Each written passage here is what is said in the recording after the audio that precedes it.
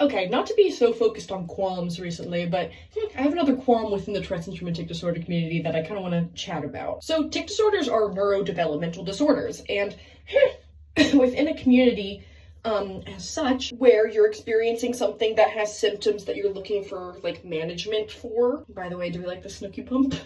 People are going to talk about and ask about like what works for managing symptoms. And I think this is great, especially as someone with lived experience. To talk about your experience and what works for you is really important. But sometimes I see people approaching this conversation speaking for the entirety of the ticky community, and even sometimes like scaring other people. Okay, for instance, I think it was a couple of weeks ago, I saw someone commenting on some sort of post saying that like, if you have Tourette syndrome, do not take medication. They're like, it doesn't work for us. If your doctor's pushing, prescription pills, like don't take that. And as someone who was literally able to survive the years of the age 5 through like 25 because of pharmacotherapy, which is prescription pills, I read that and I was like, oh, this is harmful to say. I am currently not on any prescription medications, and I haven't been for a couple of years now. But when I was diagnosed over 20 years ago, my tics were severe. And I can pretty confidently say that I only made it through school because of my medication. With that said, it's not just medication. I was also frequently and consistently seeing a psychiatrist and doing multiple types of therapies. And now where I'm at in life, I'm able to be off of medication because I have a lot of management tools in my toolbox. So if I say all of this as a for instance, because I just think about how really like harmful it could be if someone was